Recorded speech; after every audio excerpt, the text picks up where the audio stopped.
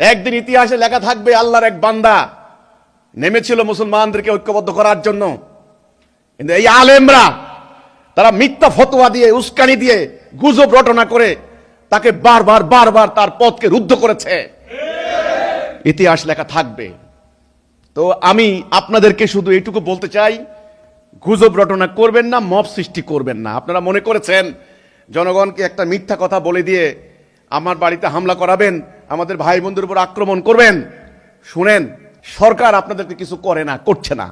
আমরা দেখেছি, আমরা ডিসির কাছে গেলে ডিসি সাহেব বলেন যে এখন তো সময় ভালো না ভাই, আপনাদের নিজেদের নিরাপত্তা আপনারা নিজেরাই নিতে হবে। আমরা কি করব? এসপি সাহেব অসহায়ত্ব প্রকাশ করেন। আমরা জানি সরকার কিছু করবে না আপনাদেরকে, কিন্তু মনে রাখেন আমরা আল্লাহর সাহায্য নিয়ে নেমেছি। আল্লাহ রাব্বুল আলামিন আমাদের জন্য যথেষ্ট। আজকে আপনারা যদি জনগণকে মিথ্যা তথ্য দিয়ে, মিথ্যা কথা বলে আমাদের বিরুদ্ধে জনগণকে এই ধরনের লেলিয়ে দেন, একটা মব সৃষ্টি করার চেষ্টা করেন, আগামী দিন আল্লাহ রাব্বুল আলামিনের এই লানত থেকে, গজব থেকে আপনারা বাঁচতে পারবেন না।